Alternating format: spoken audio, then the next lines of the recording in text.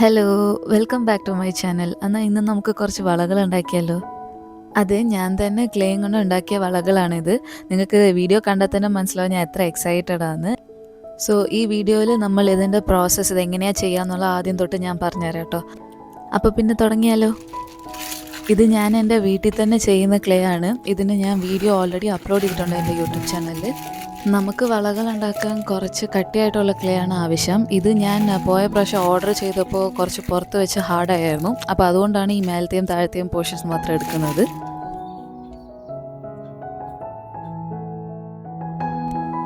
ഇനി ഇപ്പോൾ ഈ ക്ലേ നന്നായിട്ട് റോൾ ചെയ്തെടുക്കണം. ക്ലേ കുറച്ച് കട്ടിയായതുകൊണ്ട് കുറേ സമയം എടുത്തു റോൾ ചെയ്തെടുക്കാൻ.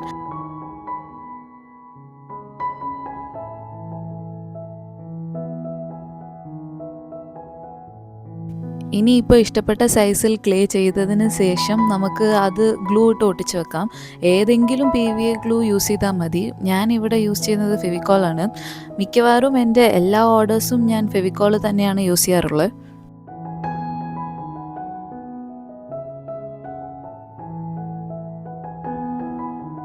ഞാനിവിടെ ശരി മാച്ചിങ് ആയിക്കോട്ടെ എന്ന് പറഞ്ഞിട്ടാണ് 2 വള ഉണ്ടാക്കിയത്. പിന്നെയാണ് എനിക്ക് ഈ നോർത്ത് സൈഡിൽ പോകുമ്പോൾ കിട്ടുന്ന വളയൊക്കെ ഭയങ്കര ഇഷ്ടമാണ്. എന്നാൽ ശരി ആ രീതിയിൽ ആ സ്റ്റൈലിൽ തന്നെ നമുക്ക് ഉണ്ടാക്കാമെന്ന് വിചാരിച്ചു.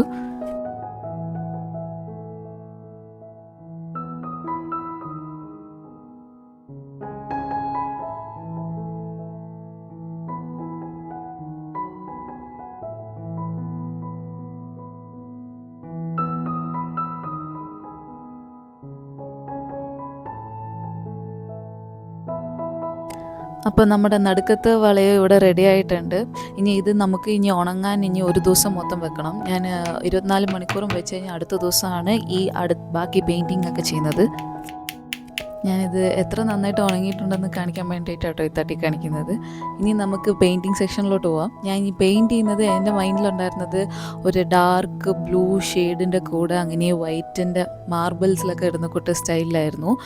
അതുകൊണ്ട് തന്നെ ഞാൻ റഷ്യൻ ബ്ലൂ ആണ് എടുത്ത് പെയിൻറ്റ് ചെയ്യാൻ വിചാരിച്ചു. 3ഉം സെയിം കളർ തന്നെ കൊടുത്തേക്കാമെന്ന് വിചാരിച്ചു. എന്നാലേ കുറച്ച് ഓടായിട്ട് നിൽക്കുള്ളൂ എന്ന് തോന്നി.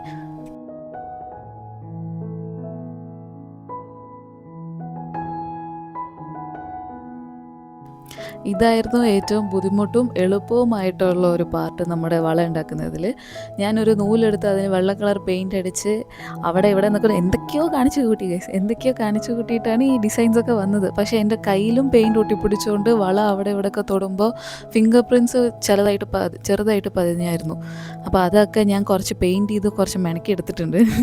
പിന്നെ ഈ നടുക്കുള്ള സെക്ഷനിൽ ഞാൻ വെറുതെ വിട്ടേക്കാം, ബോൾഡായിട്ടിരിക്കും, ബിക്കോസ് കോൺട്രാസ്റ്റ് ആയിട്ട് ഉണ്ടാവും എന്ന് വിചാരിച്ചാണ് ഇരുന്നത്.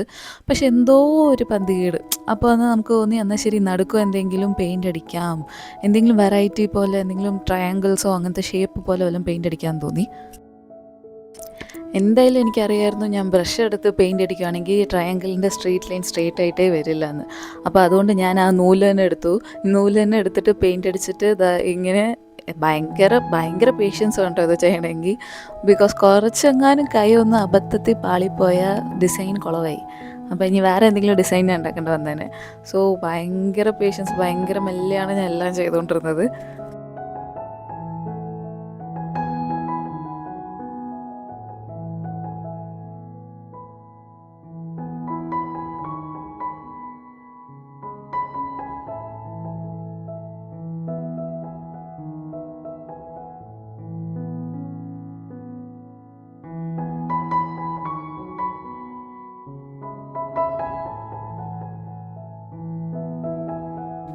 ഇതായിരുന്നു final result.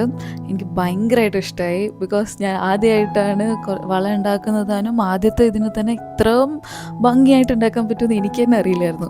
So super proud, എനിക്ക് ഭയങ്കര ഇഷ്ടമായി. പിന്നെ എൻ്റെ ഡ്രസ്സിനൊക്കെ ഭയങ്കര മാച്ചിങ്ങും ആയിരുന്നു. പിന്നെ ആ 3 വള വെച്ച് നോക്കുമ്പോൾ എനിക്ക് ഇതായിരുന്നു ഏറ്റവും ഫേവറേറ്റ്. അത് വന്ന രീതി തന്നെ എനിക്ക് ഭയങ്കര ഇഷ്ടമായി. ഞാൻ പെയിൻറ്റ് ചെയ്തതെന്ന് പറഞ്ഞാൽ ആരെങ്കിലും വിശ്വസിക്കുമോ? ഞാൻ ചെയ്തതെന്ന് പറഞ്ഞാൽ ആരും വിശ്വസിക്കില്ല, അങ്ങനെ ഉണ്ടായിരുന്നത്.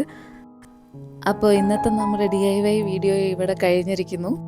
നിങ്ങൾക്കെല്ലാവർക്കും ഈ വീഡിയോ ഇഷ്ടമായെന്ന് തോന്നുന്നു. എന്നാൽ നമുക്ക് അടുത്ത വീഡിയോയിൽ കാണാം. ബൈ. പറയാൻ പറഞ്ഞു, ഇനിയും ഇതേപോലെ കുറേ വീഡിയോസ് കാണാൻ RCB സബ്സ്ക്രൈബ് ചെയ്യണേ.